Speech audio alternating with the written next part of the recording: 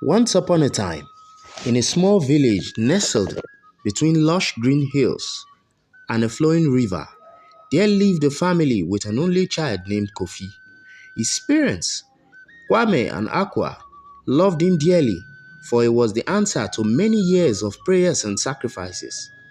Aqua, in particular, cherished KOFI more than anything in the world. From the moment KOFI took his first steps, Aqua made sure he never experienced a moment of discomfort. She carried him on her back even when he could walk, fed him with her own hands long before he could eat by himself, and shielded him from every scolding even when he deserved it. "He is my only child," she would tell Kwame whenever he raised concerns about KOFI's behavior. As KOFI grew older, he began to notice how easily he could get away with anything. If he refused to do chores, his mother would do them for him. If he disrespected elders, Aqua would defend him. Soon, KOFI believed he could do no wrong. By the time he became a teenager, KOFI fell in with a group of boys known for their mischief. They would roam around the village late at night, causing trouble and laughing at anyone who dared confront them. Despite warnings from neighbors and his father, Aqua always brushed it off, saying, "He's just a boy, he will grow out of it." But KOFI didn't grow out of it. Instead, he grew into worse habits. The boys introduced him to smoking and drinking. Aqua noticed the change in her son's behavior but refused to confront him. "I don't want him to think I don't love him," she said.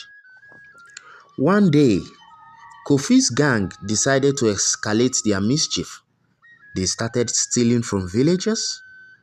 First, small items like chickens and goats, then money and valuables. KOFI, emboldened by his mother's unwavering protection, became one of the most feared members of the gang. On a fateful night, the gang planned a robbery at a nearby town's market. The plan went awry. When the town's guard caught them red-handed, KOFI and his friends were captured and taken to the village square for judgment. The entire village gathered, murmuring in shock and anger. When Aqua saw her son in chains, her heart shattered. She fell to her knees, begging the village chief for mercy.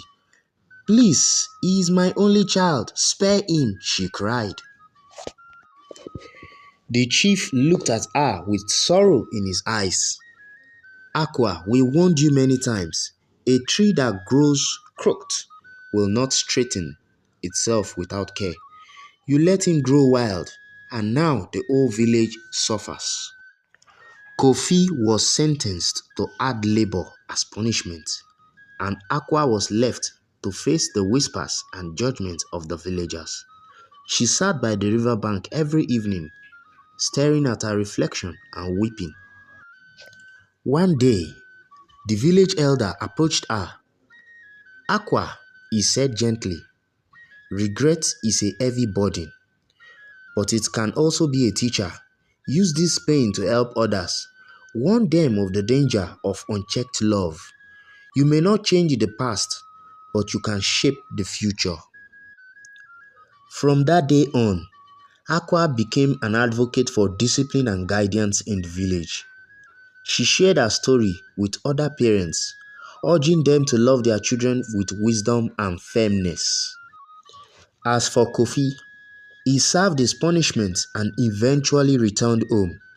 Humbled and remorseful, together with his mother, they worked to rebuild their lives and restore their place in the village.